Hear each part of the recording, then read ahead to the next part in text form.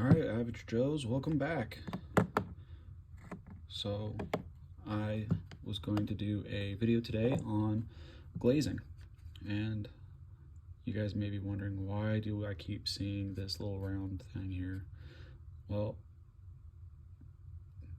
I don't have a lot of money, so it's easier for me to test a technique or test a color scheme on something that I can keep working on, and then once it gets a whole bunch of paint on it, I get to scrape it off. So that's why you guys keep seeing me use this lid.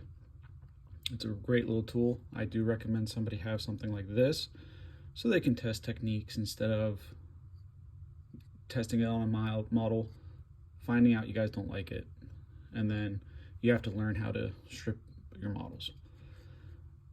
So what I'm going to go through today is I'm going to be going through how to thin down your paints so that you can glaze, and then on this side of it I'll be showing you what happens when you glaze just over a color and how it'll help you with your blending, going from transparent to an opaque. And then on this side I'm going to show you a little trick that glazing can help you do to tint metallics a color that you would like. So let's go ahead and set this off to the side for now. And these will be the three colors that we're going to do this with today. I've got Scarlet Red, Commando Green, and then this turquoise. I'm not going to try to say the first name. I know I'll mess it up. So I'm going to go with this Commando Green first. So make sure you shake it up if you're going to use Army painters, because they are a little thinner than some other paints, so mixing them up does help. I personally do like Army painter. You know, everybody's got their own. Let me move this over to the side. Pretty sure you guys don't want to see my arm while I do this. So get your brush, get it nice and wet, and then pull the paint out. Okay, now as you can see, it's starting to get a little translucent. This is what we want right here. Okay, because you want mostly water in your paint. So once you get this nice and thinned out, then you get this cup and come in here just like this and just paint on like you would normally, trying to avoid it from splotching. Okay, so if it pulls up in any one area, make sure you come back in and just kind of try to clean it up before it dries, because this will dry fast. So we'll go to about right there, and so that we can keep some of the original paint so you can see the change that occurs in it. So, and while that's drying, because it will dry quickly, you can come in here, get some of this same color, and come over here on this other side. And it'll show that there is a difference between it.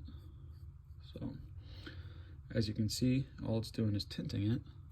I'll get a little more paint. And you might see these little bubbles pop up.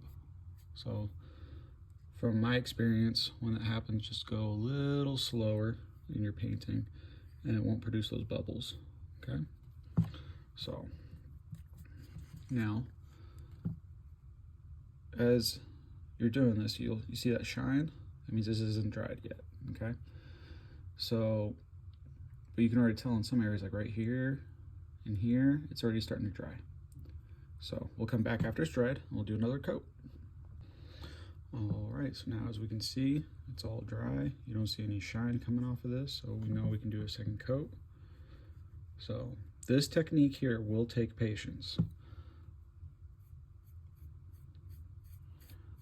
Okay, like it's not going to be something you can do quickly if you want it to look right.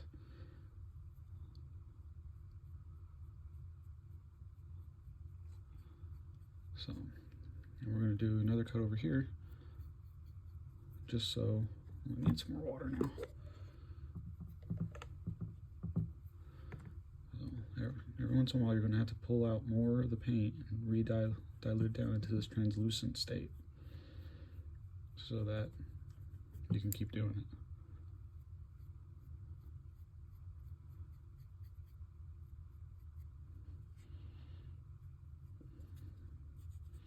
See, as you see right here, I'm trying to repaint it and I'm tearing the paint because of how thin it is.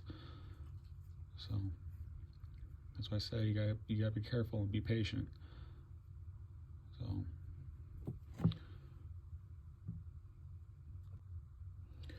now you guys might be noticing on this side here that the more you do, the less you cover, it can kind of help you with blending. That's one of the techniques of glazing.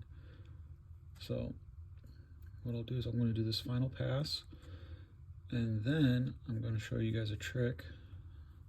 It's not mine. I wish it was. I'm not that smart, but that I think is really cool.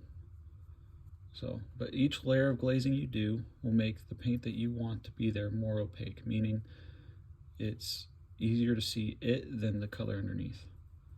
Okay? So, as you can see, just after one coat, it just kind of tints the color underneath.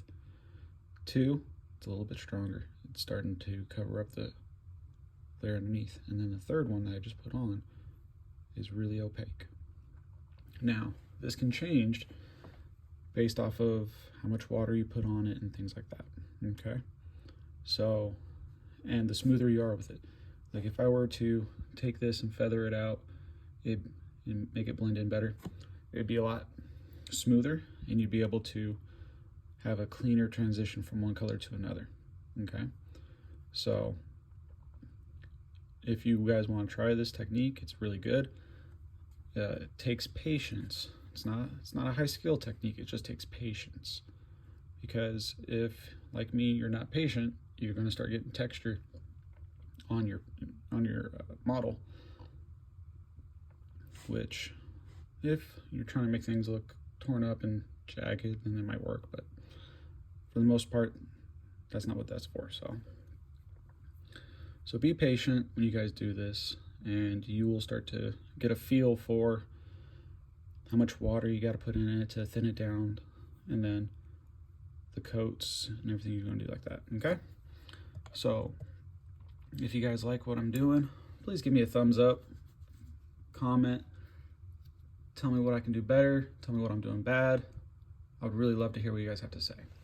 Now, what we're going to try and do here, contrast paints, okay? Contrast paints can do a pretty cool trick, okay? So let's set this off to the side. All right, so I saw this trick and wanted to try it myself, so we're gonna see what happens. So you take a little bit of contrast paint, okay? And you do this over metallics. And you just kind of paint over them like you would anything else, right? And if this works, whoops, let me put it in camera here so you can see what I'm doing. If this works the way the video showed from, man, I really do need to start remembering where I find these videos and showing you guys. Then what'll happen is, depending on what contrast paint you pick, you can make it look like bronze. If you use sepia, I think it looks like copper.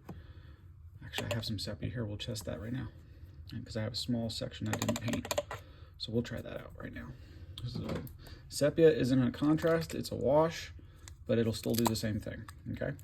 Because all you're doing is tinting the paint that's there. So we got this little section here we can paint. So we're just gonna throw this right on here, okay? Make sure I get enough of it. And my dog's hair seems to want to be part of the video, so we're gonna get that out of there. Okay. So there we go. We'll let that dry and we'll see what happens. All right. Okay, let's see how this turned out. Well, the contrast paint actually looks really good, and it still keeps that shine from the silver that I used.